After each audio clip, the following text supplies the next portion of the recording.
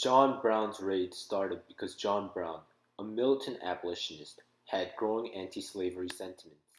It began when the Fugitive Slave Law of 1850, a law requiring Northerners to help recapture slaves and punishing those who helped escape slaves, was passed. This enraged Brown. Then, during Bleeding Kansas, Brown came to Kansas with arms in 1855 to drive away pro-slavery advocates coming to inflate Kansas's pro-slavery votes. After the beating of Charles Sumner in 1856, Brown became enraged with the North's cautious attitude. He and his group slaughtered many slavery advocates in May 26 of that year. This caused the guerrilla war in Kansas, which Brown participated in.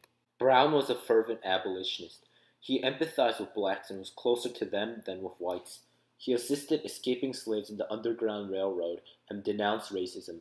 A mix of this passion and his militant ideology caused his raid. In 1857, he got funding from wealthy abolitionists to buy rifles and pikes. His plan was to attract slaves to his revolt, who he believed would come as soon as he started, and to arm them. Brown and his 21 supporters, a group mixed with blacks and whites, were involved. Virginia's state militia and the U.S. military, under Colonel Robert E. Lee, were their enemies. It occurred from October 16 to October 19 in 1859 in Harper's Ferry in Jefferson County, West Virginia. Harper's Ferry was a fort with a major armory, ideal for Brown's plan. He entered the fort in the 16th and seized many of the fort's facilities and took many hostages. Yet, the slaves did not join him as he had planned, and he was discovered in the 17th. The militia flocked to him to retaliate. It surrounded him, eventually cornering him and his group into a fortified engine house.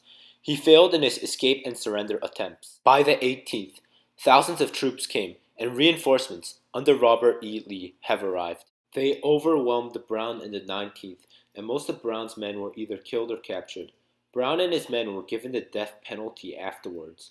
The event shocked the nation. Southerners became paranoid with fears of slave rebellions, and they organized drills and became even more committed to preserving slavery. Northerners initially saw him as a madman, but they later began to see him as a martyr and became more committed to stopping slavery.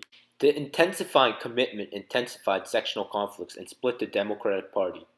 This made it clear that compromises between the abolitionist North and the pro-slavery South would solve nothing.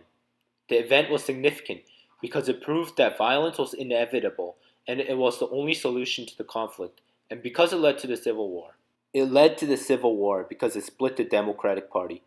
Such would let Lincoln be elected because the Republican Party would get the majority of the votes, as it was not the conventional pro-slavery Democrats against the abolitionist Republicans' election. Lincoln's election, then, would lead South Carolina and several other southern states to secede.